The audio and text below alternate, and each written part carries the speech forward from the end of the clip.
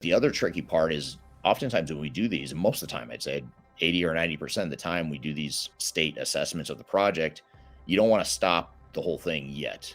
And you may never want to stop the whole thing completely.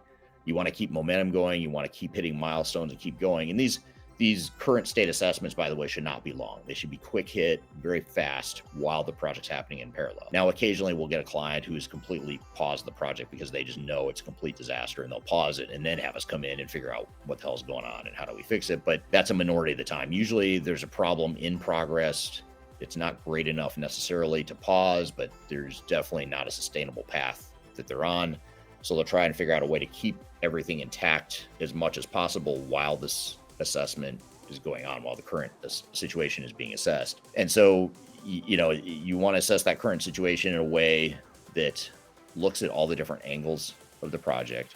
You also have to remember that if you decide you want the situation assessed, there's no one that should be able to tell you no, that it's not a good idea. They may try to, of course, but if your technology vendor is telling you it's not a good idea, you should not bring in someone or have someone do an assessment of the current situation. That is a huge, huge red flag. Why not? Like if you're doing a good job with this project, have at it. Bring in someone if you want. Good idea. Maybe if anything else validates how great of a job we're doing, and you're going to feel even more confident in our services. But that's not usually what happens. What usually happens is technology vendors feel threatened. They say, no, don't do this assessment. We've got this. We don't want too many cooks in the kitchen, blah, blah, blah.